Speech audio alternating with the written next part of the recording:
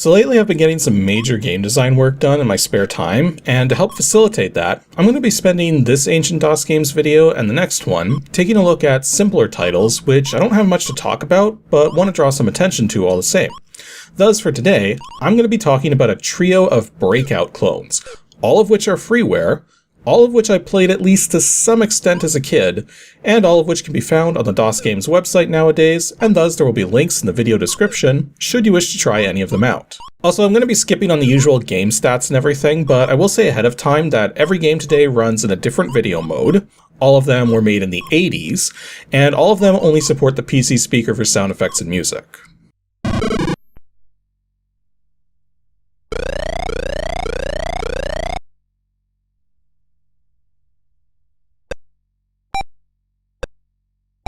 I'm going to be going in order of the first I ever played to the last I ever played, meaning we're starting off with a very early Breakout clone, simply known as Bricks, developed by Vince Bly and released in 1984.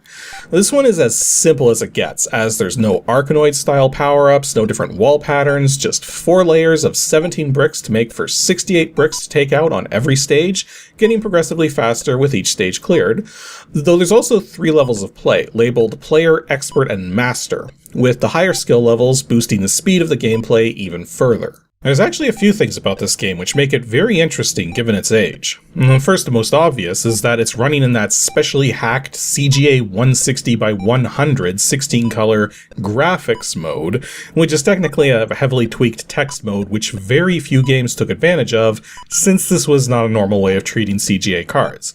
Not to mention, it doesn't work at all on any EGA cards or beyond.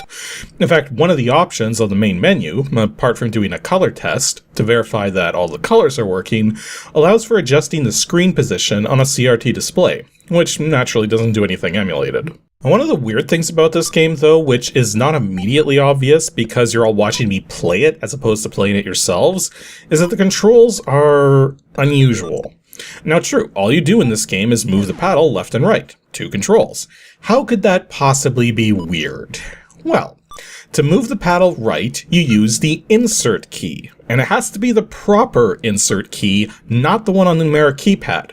And to move left, you use caps lock.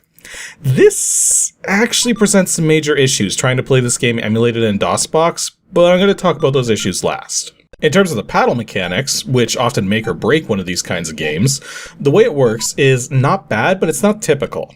Essentially, the angle the ball is moving at is adjusted based on where it hits the paddle, being adjusted more towards a left angle if it hits the left side, and more towards a right angle if it hits the right side, reflecting without any angle change at all if it hits dead center. The ball mechanics are also pretty decent, though when it hits the corners of blocks, it simply bounces back exactly, as though it hit the corner perfectly.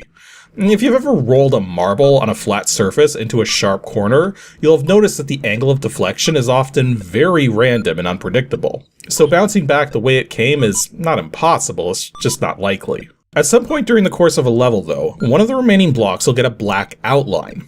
Now this is a special bonus block which will award a ton of points on top of the usual number of points that the brick is worth, if you can hit it. If you hit a certain number of bricks without hitting the bonus brick will revert back to normal, and you'll have missed out on the bonus for the level. In fact, what I find eminently interesting about this game is that it has a maximum score. The score you get for everything is based on 2 factors, your skill selection and the current level, both of which apply multipliers to every point earned. Now, I actually attained the maximum score on player difficulty while recording footage of the game and found it was 33,300. This means the maximum score on expert should be 66,600, but more pertinently, given that there's only 5 digits in the score, the maximum on master should be 99,900. Actually, for a while, I didn't even think I was going to be able to reach the end of the game for an ominous reason. The game kept crashing on me, dropping me back to DOS every so often when it finished playing a sound effect. Usually a brick breaking sound, but any sound could do it.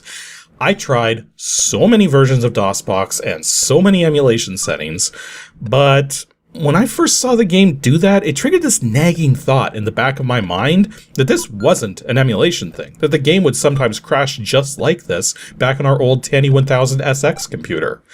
Sure enough, I spent a ton of effort getting PCEM working with a Tandy 1000 core, loaded in this game, and yeah, it still crashed. But only when I was hitting keyboard keys I wasn't supposed to. So in terms of setting this up in DOSBox, there's several things you want to do. First, the machine type needs to be set to either CGA or Tandy, otherwise the hacked 160 by 100 graphics mode isn't going to work. Second, the game technically runs fine with the auto or max cycle settings, but things time out better and the audio seems best suited to a low fixed cycles count of around 400. Thirdly, you want to give this game its own mapper file because we're about to make some sweeping changes to it, and because we're going to have to modify it every time we play the game because of a bug in every official version of DOSBox so far, all the way up to 0.74-3, which is the current version. Lastly, when you first boot the game with this configuration and mapper file, you want to go into DOSBox's key mapper with Ctrl F1 and make the following changes. Select the emulated insert key and add the real right arrow key to it. Select the emulated left arrow key and remove all mappings to it. And finally, select the emulated right arrow key and again, remove all mappings to it. Now, save this configuration and we'll have a base to work from. Now, every time you boot the game, including this first time, go into the key mapper with Ctrl F1, select the emulated caps lock key, add the real left arrow key to it, and exit the mapper without saving. This will make it so that the left and right arrows will work perfectly fine for controlling the game, and you need to make absolutely sure not to press any keys the game doesn't prompt you to press, otherwise it has a good chance of crashing out. Now, the reason at present why you can't just save the left arrow to caps lock is due to a bug in all versions of DOSBox which ignores mappings assigned to caps lock until you actually directly assign something to caps lock. That's why you have to go into the key mapper and reapply it every time you boot the game. You'll know if you accidentally save the mapping to caps lock because not only will the left arrow key not work when you boot the game next, but if you add 2 mappings of the left arrow to caps lock, the key won't work at all. Yeah, this all sounds very ridiculous, but I assure you, I tested the heck out of all of this to make sure I was relaying the proper details to anyone who wants to give this game a shot. Not to mention, I kinda needed to figure it out just to be able to play the game myself.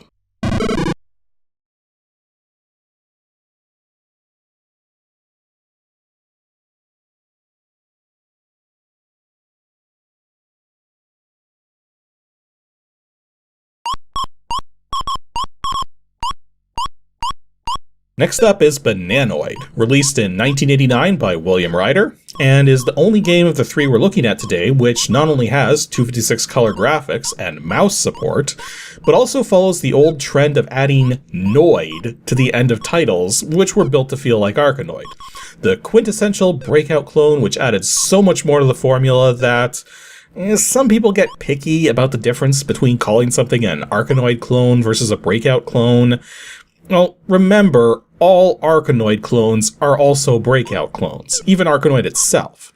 So really, it just comes down to how particular you want to be about it. The objective here in Bananoid is to clear all 8 levels to win the game, but each level is much wider than in your typical Breakout clone, spanning 2 screen widths. The reason it can scroll as smoothly as it does for as old a game as it is comes down to how VGA cards work, given that there's enough memory in place to have 2 full screens worth of graphics at 320 by 200 and 256 colors. But VGA cards also have a feature referred to as hardware scrolling, whereby you just pass a few values and the position in memory the VGA renders from will scroll, effectively shifting the entire contents of the screen without having to redraw everything. Now, I am grossly simplifying the hardware scrolling process, but if you know what page flipping is, this is essentially a very similar concept, except you can position yourself between pages, not just on one page or another. The main trick with Bananoid, though, are the controls, since they're kinda not good. The mouse moves left and right as you would expect, but with quite a bit of acceleration added to the mix, meaning it's surprisingly difficult to move the paddle exactly where you want it to go. Couple that with the extreme amount of horizontal space that you need to cover and a ball with inconsistent speeds, and you can see why it's so easy to lose the ball in this game. Well, I say inconsistent speeds, but actually the ball's very consistent in terms of individual horizontal and vertical axis speeds. And effectively what's going on is that the vertical speed is based on an overall speed rating being tracked in the background, which increases at certain intervals and can be decreased with an appropriate power-up. Whereas the horizontal speed depends on where the ball hits the paddle and can fluctuate to an extreme degree. This is why the ball speed as a whole is inconsistent, because even though one axis of movement is consistent, adding them together makes it inconsistent. In terms of the core mechanics, the blocks come in a variety of colors, but there's only two special colors, white and orange. Orange blocks are invulnerable, but still worth points if you hit them, while white blocks each take 4 hits to take out and cannot drop power-ups. Now, the power-ups themselves are all color-coded, but the only one you need to avoid are the white ones, as the white power-ups make your paddle smaller and thus harder to hit the ball with. The other power-up colors are red for a laser that you can fire, yellow for an extra life, green for a catch paddle to catch the ball and then launch it back up wherever you want, cyan to slow the ball down, blue to give yourself a double paddle to make survival easier, and yes, it's a proper 2 separate paddles, thus you need to take this into consideration when determining where the ball hits it in terms of rebound angles, and a rare purple power-up which automatically advances you to the next level, or quits the game if you're on the last level. Yeah, that's something that's going to become apparent pretty quickly your first time playing this, is that this game feels very much like it's the programmer's first game, though not necessarily the first thing they ever coded. There's a lot of signs of this, such as how the game insta-quits at the end of 8 levels, or if you run out of lives, the fact that your score is only visible on the far right edge of the playfield, meaning you can't actually track your score properly when you get a game over, or even beat the game if you're on the left side of the playfield. Coupled with the quirky ball speed mechanics, the weird way the paddle accelerates, just a sort of overall raw feel that the game has, such as how the shadow on the ball overlaps the body of the paddle due to the rendering order, or how it's possible for the ball to completely pass through empty corners even when 2 blocks are blocking the top and the side. Though admittedly, a lot of indie Breakout clones have that same problem. This game should run perfectly fine just leaving cycles set to auto, though if you want to make it easier, you'll want to set a low fixed cycles count to bring the game speed down, though this can make the speed of the game surprisingly inconsistent, which can be almost as bad as just having it play fast like it's supposed to. Also, one last thing to mention is that the right mouse button acts as a built-in level skip, so you don't actually have to find those purple power-ups to skip levels. That's just a legit way of doing it compared to this built-in cheat. Which, given the simplicity of finding that cheat, again sort of suggests how this game is either the programmer's first game, or was released unfinished and abandoned.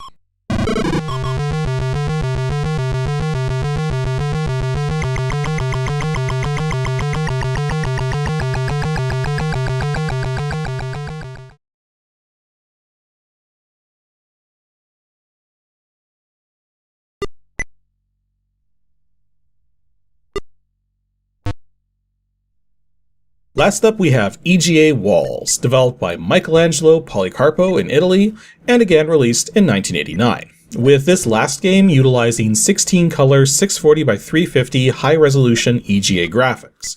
Despite having a really neat title sequence which uses palette cycling to achieve a full-screen motion effect, I think this might be the least well-known game of the 3 that I'm covering today, though that might just be my own experience. In any case, this is also the largest of the Breakout clones I'm covering today, as it comes with not 4, not 8, but 72 levels, referred to in-game as stages.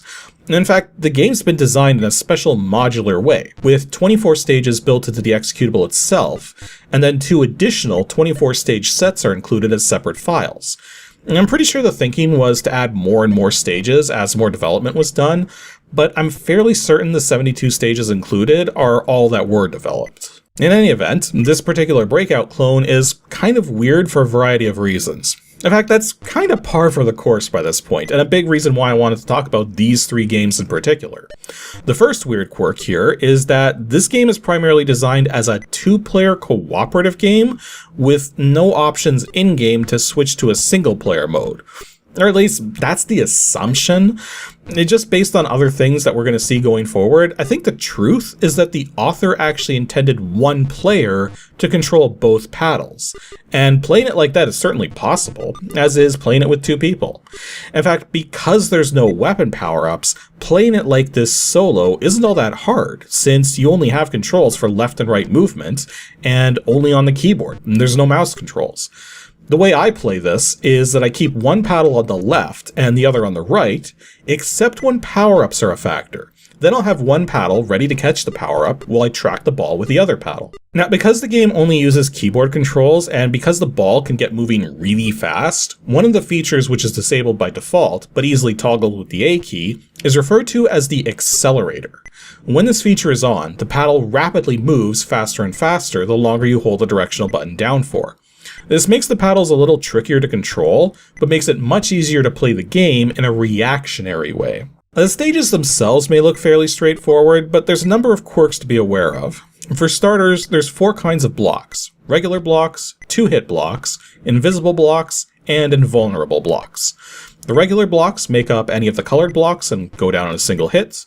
The 2-hit blocks start as dark gray, then turn light gray, then get destroyed. Invisible blocks will appear the first time they're hit, and then take 2 more hits to destroy following, while the black blocks are invulnerable and do not have to be destroyed to clear any of the stages that they're present on. There's also a variety of different power-ups which can drop down, though there's a couple quirks in how this is being handled. The first is that power-ups can only drop from blocks which do not have other blocks in the way directly below, while the other quirk is that power-ups are solid to the ball.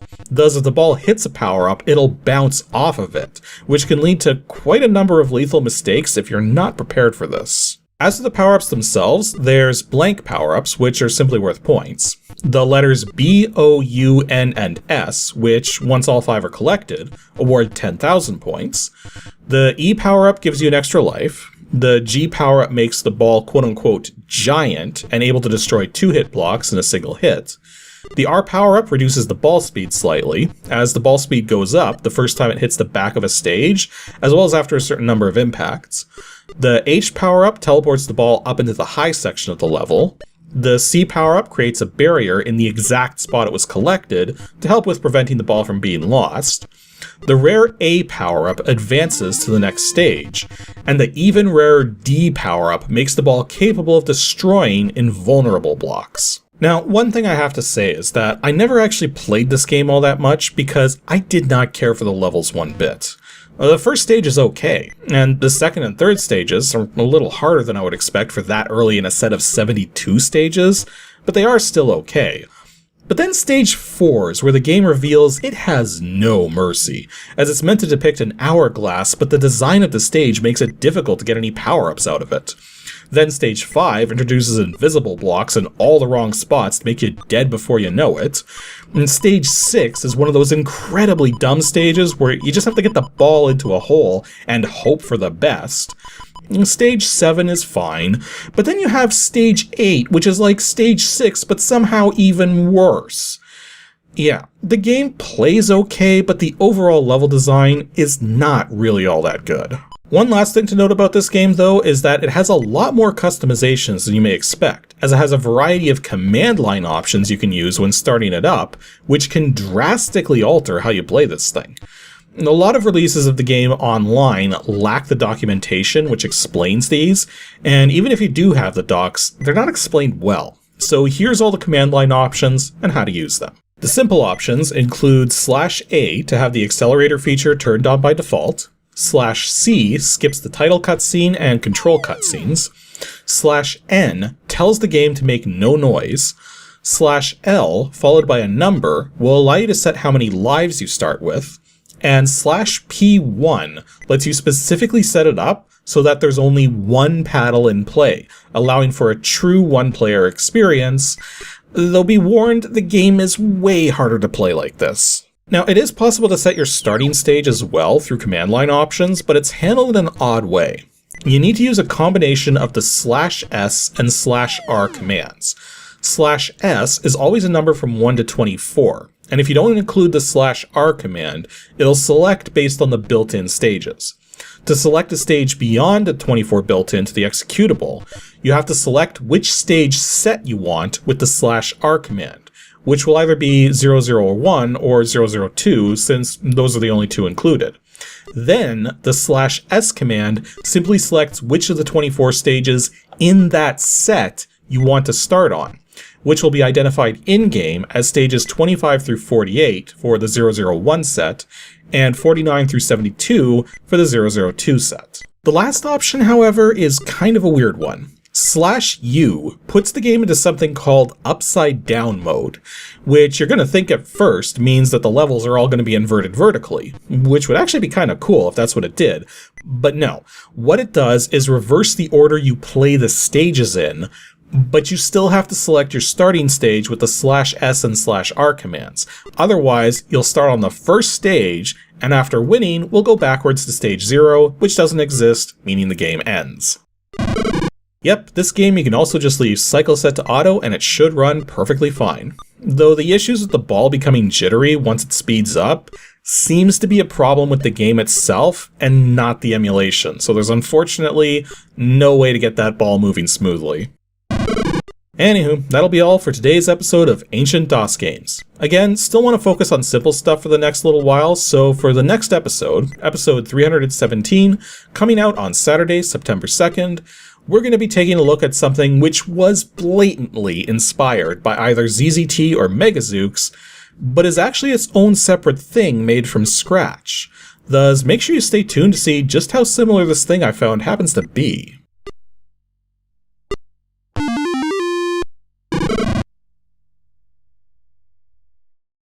Thanks for watching, everyone, and extra special thanks to all the people seen here supporting me on Patreon. If you'd like to join in with them and support the show directly, head on over to patreon.com/KASICK.